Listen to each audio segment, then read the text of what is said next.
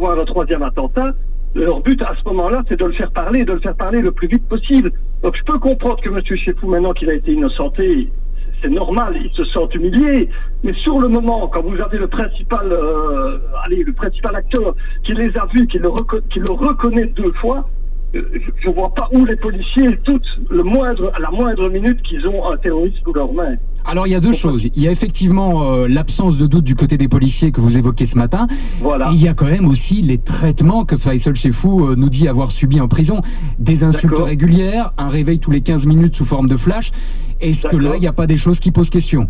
Et vous savez, si les policiers pensent qu'ils vont avoir un troisième attentat, qu'ils ont un des principaux auteurs sous la main, il y avait eu un troisième attentat, qu'il y avait eu une explosion, que vous auriez eu un prof et que vous auriez su qu'on l'avait laissé dans sa cellule en train de manger des gâteaux, peut-être que vous auriez aussi dit à ce moment-là, il faut agir. Vous savez, quand ils ont eu un Tesla, ils ont essayé de le faire parler, ils se sont rendus compte à ce moment-là qu'il parlait, ils l'ont mis en prison, on lui a dit de se taire, c'était terminé. Donc je pense que les policiers, il faut se remettre dans le contexte, ce qu'ils veulent à ce moment-là, c'est que ça aille vite et qu'ils sachent des choses le plus rapidement possible. Donc ok, ils se sont trompés de personne, maintenant il faudrait aussi demander au chauffeur de taxi pourquoi il l'a reconnu 2 fois.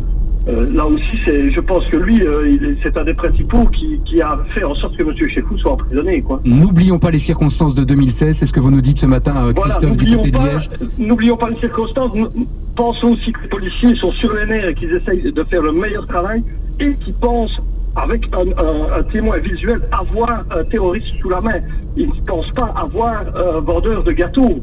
Ils pensent avoir un terroriste. Donc si ça avait été un autre terrorisme, un vrai à ce moment-là, imaginez un petit peu comment ils auraient dû agir. Je rajoute à votre propos, n'oublions pas non seulement le contexte de l'époque, mais aussi le faisceau de présomption et les indices troublants qu'il y avait à ce moment-là. C'est plus qu'un faisceau de présomption, là. Merci beaucoup, Christophe. Merci, passez une bonne journée, prenez soin de vous. Une bonne journée du côté de Liège. Jetons peut-être un coup d'œil sur la conversation Facebook, Marine, avec vous, et voir ce qui se dit justement sur nos pages à propos de cette première conversation qui concerne la solidarité, ou plutôt l'absence de solidarité parfois constatée chez les Belges en ce moment. Eh bien Christophe, il nous dit qu'il est solidaire, mais que lorsqu'on voit la réaction de la plupart des gens, on remarque que ça reste du chacun pour soi. Deuxième dossier, on en parlait à l'instant, l'affaire Faisal Chefou.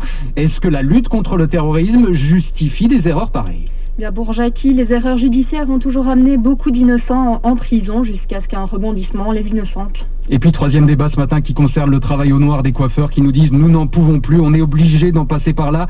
Là aussi ça réagit. Marie, elle ne cautionne pas le travail au noir, mais pour le coup elle comprend totalement et elle leur souhaite bien du courage. Alors à propos des coiffeurs, allons rapidement du côté d'Arlon. Bonjour Jean-Luc. Bonjour. Vous êtes avec nous pour nous dire « il faut sauver l'économie avant la vie ». Ça veut dire quoi?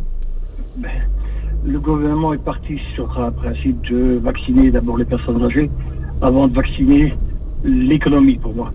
Alors, très concrètement, soyons très précis, ça veut dire quoi sur la question du travail au noir? Parce que ce que vous dites a des conséquences là-dessus. On l'autorise, on ferme les yeux? Non, si on avait vacciné d'abord les travailleurs pour pouvoir ouvrir tous les commerces, il n'y aurait pas de travail au noir. Ah ben voilà, la solution au problème est très simple ce matin. Le travail au noir, ça n'aurait jamais dû exister. Beaucoup de réactions ce matin sur ce sujet avec énormément de compréhension pour ces métiers de contact.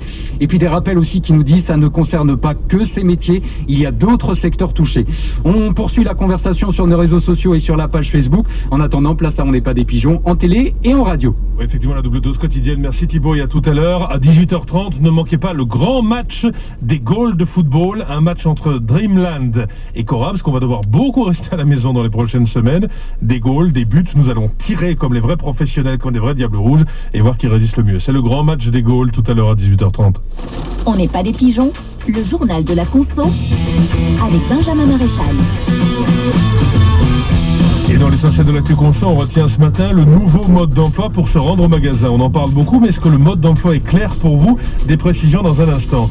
Quand on paye au magasin avec sa carte de banque, quand on fait du sans contact, est-ce qu'il n'y a pas un risque de voir toutes les données de la carte dérobées par des méchants? Nous vous le dirons.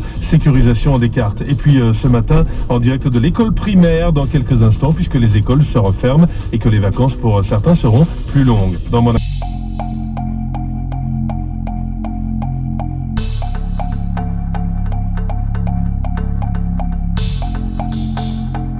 survivra. Oh, d'abord un mot sur l'action de la nuit.